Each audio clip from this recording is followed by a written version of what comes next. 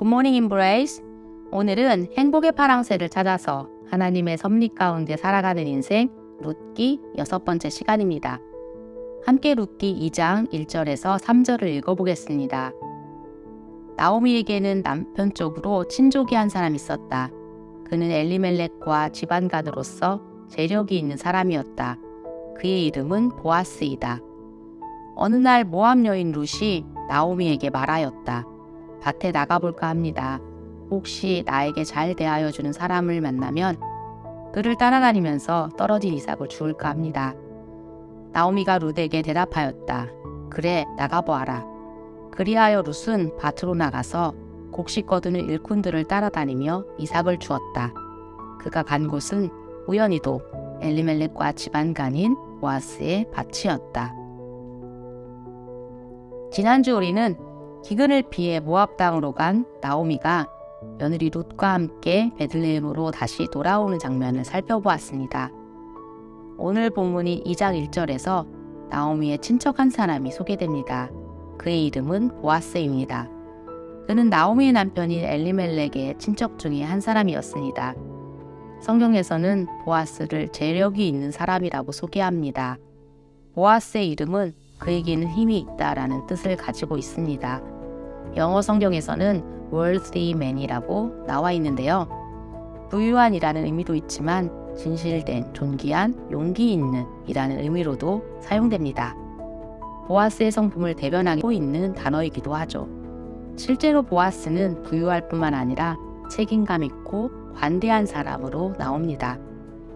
히브리인들에게 이름은 참 중요합니다. 이름이 그 사람이 어떤 인생을 살아갈 것이고 또 살았는가를 말해주기도 합니다. 보아스는 힘이 있다라는 이름처럼 열왕기상 7장에서 고조손자인 솔로몬이 예루살렘 성전을 건축할 때 건축물을 떠받드는 기둥의 이름으로도 사용되었습니다. 보아스는 정말 이름처럼 살았고 존경받는 삶을 살았다는 것입니다. 부모님들은 잘 아시겠지만 우리가 자녀를 낳을 때 이름을 짓느라 고심합니다. 고심하는 이유는 아이에게 부모님의 소망과 가치관을 담은 이름을 붙여주고 싶어서이고 그 바람대로 자라주길 바래서입니다. 여러분의 이름에는 어떤 의미가 있나요? 우리에게는 육신의 부모님이 지어주신 이름이 있지만 또 다른 이름이 있습니다. 바로 크리스찬이라는 이름입니다. 크리스찬은 Christ-like라는 의미로 예수님과 같은 예수님의 가르침을 따르는 자들을 이라는 의미가 있습니다. 우리는 예수님과 같은 예수님을 따르는 크리스찬입니다. 우리가 말하는 것과 생각하는 것, 살아가는 것에서 예수님이 드러나는 크리스찬입니다. 오늘도 여러분의 삶을 통해 예수님이 드러나며 영광 받으시기를 축복합니다. 계속해서 2절을 읽어보겠습니다. 밭에 나가볼까 합니다. 혹시 나에게 잘 대하여 주는 사람을 만나면 그를 따라다니면서 떨어진 이삭을 주울까 합니다.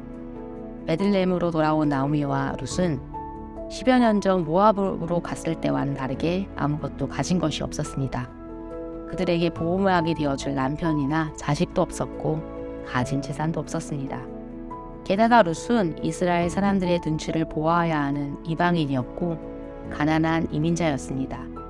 혹시 나에게 잘 대하여 주는 사람을 만나면 이라는 룻의 말에서 짐작해 볼 수 있듯이 이방 여인인 룻에게 베들레헴에서의 삶은 참으로 녹록지 않은 듯 보입니다. 당시 히브리인들의 율법에는 사회적 약자들을 위한 법이 있었는데 추수 때 고아와 과부와 외국인들을 위해 곡식들을 다 거두지 않고 남겨두는 것이었습니다. 룻이 할 수 있는 일은 추수하는 밭에 나가 추수꾼들의 뒤를 따라다니며 떨어진 곡식들을 주어 끼니를 해결하는 것이었습니다. 계속해서 3절 말씀입니다.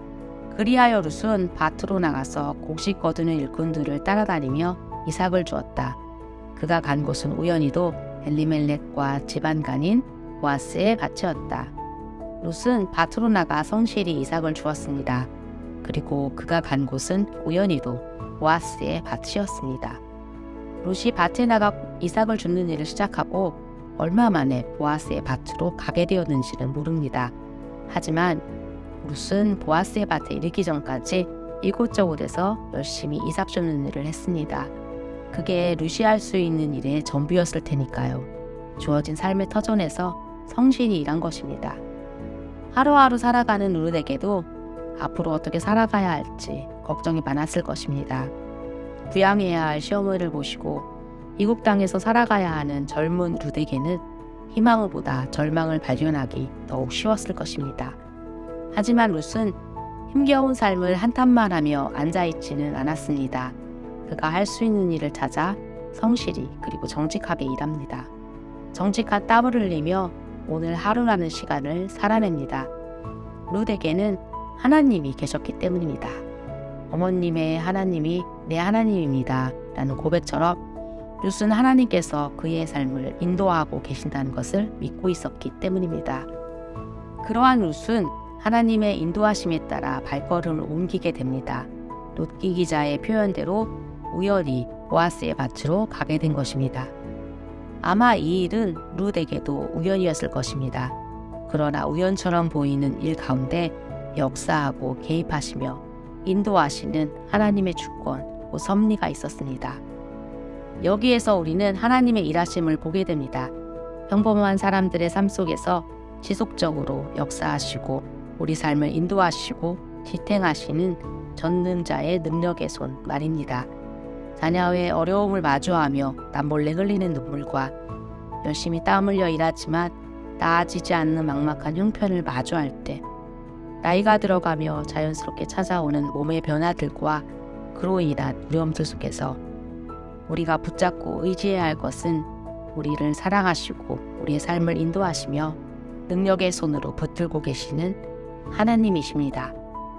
보아스를 통해 룻을 돌보시고 필요를 채우시는 하나님께서 우리의 삶을 돌보시고 우리의 분물을 거두어 주실 것입니다. 룻의 발걸음을 인도하셔서 풍성한 보아스의 밭으로 인도하셨듯 우리의 발걸음을 푸른 초장과 실만한 물가로 인도하실 것입니다. 우리의 삶을 회복해 하실 것입니다. 그 하나님은 우리의 형편을 잘 아시고 능력이 많으신 하나님이시기 때문입니다. 그 하나님은 우리에게 필요한 것들을 미리 아시고 공급해 주시는 자비로우신 하나님이시기 때문입니다. 오늘도 하나님의 선하신 능력의 손이 우리의 삶을 붙들고 계십니다. 그 하나님을 믿고 의지하는 오늘 하루 되시기를 기도합니다. 적용 질문입니다. 그리스도인다움이란 어떤 것일까요? 오늘 내가 하나님의 선하심과 인도하심을 붙들고 기도해야 할 것은 무엇인가요? 주위를 둘러봅시다. 내 주변에 룻과 같이 외롭고 어려운 상황에 처해 있는 이웃은 없나요? 그들을 위해 기도하고 오늘 안부의 메시지를 보내보는 것은 어떨까요? 기도하시겠습니다. 우리의 인생을 다스리시고 능력의 손으로 붙들고 계시는 선하신 하나님, 하나님께서 허락하신 오늘이라는 시간을 살아갈 때 하나님의 손길과 인도하심을 발견할 수 있기를 원합니다. 삶에 찾아오는 두려움과 고난 가운데서도 두려움 너머에서 우리를 붙들고 계시는 선하신 하나님을 의지함으로 평안함을 누릴 수 있도록 인도해 주세요. 모든 말씀 예수님의 이름으로 기도했습니다. 아멘. 이어지는 15분의 기도 시간을 통해 나 자신과 이웃을 위해 기도하며 예수님과 깊은 교제의 시간 되시기를 소망합니다. Embrace Jesus, embrace people.